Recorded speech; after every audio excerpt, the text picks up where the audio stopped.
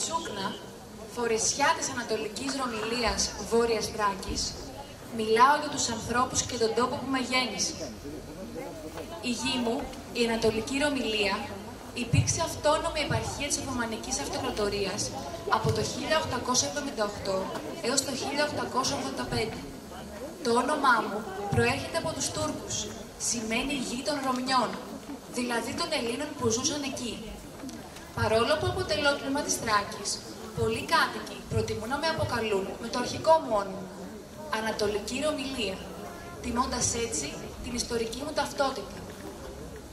Κατά την ανταλλαγή πληθυσμών του 1924 μεταξύ Ελλάδας και Βουλγαρίας, πολλοί κάτοικοι μετανάστασαν στην Ελλάδα, κυρίως στη Μακεδονία, στη Λάρισα και τη Φθιώτιδα, μεταφέροντας μαζί με εμένα το πλούτο της παράδοσης και του πολιτισμού τους. Εγώ λοιπόν είμαι το εξωτερικό μάλινο ένθιμα που αγκαλιάζει τη γυναίκα της Ανατολικής Ρωμυλίας. Φοράνε δύο βασικούς τύπους μου, τις πολύχρωμες μπέλκεις που φορούν οι νεαρές γυναίκες γεμάτες ζωντάνια και ελπίδα και τις πιο σοβαρές, ουβαλνά, φορεσιά των μεγαλύτερων γυναικών, με κεντήματα που μοιάζουν με μάτια βουβαλιού, σύμβολα προστασίας και σοφίας.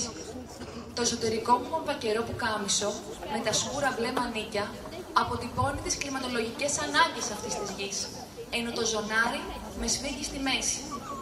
Στο κεφάλι στολίζομαι με τα τσουμπέρια, πολύχρωμα μαντήλια που θυμίζουν τις πολιτισμικές ανταλλαγές μεταξύ Ανατολής και Δύσης, καθώς η Θράκη πάντα υπήρξε γέφυρα ανάμεσα σε λαούς και πολιτισμούς. Η μπάπκα, τα φλουριά που κοσμούν το μέτωπο, μαρτυρούν την οικονομική δυνατότητα και το κοινωνικό κύρος. Στα πόδια, τα μάλινα τσιαράπια και τα μαύρα κουντούρις παπούτσια ολοκληρώνουν την εικόνα μιας γυναίκας που φέρει μέσω της την ιστορία, τη δύναμη και την παράδοση.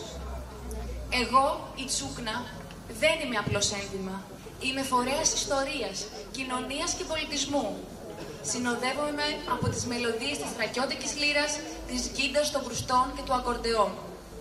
Έτσι, μέσα από μένα φέρεται η ιστορία και η ψυχή της Ανατολικής Ρωμυλίας, μιας γης όπου πέρασε μέσα από αυτονομίες, αλλαγές κυριαρχίας, πληθυσμιακές μετακινήσεις, αλλά που διατήρησε ανέπαφη την παράδοσή της και τη ζωντανή της ταυτότητα. Ανατολική Ρωμυλία.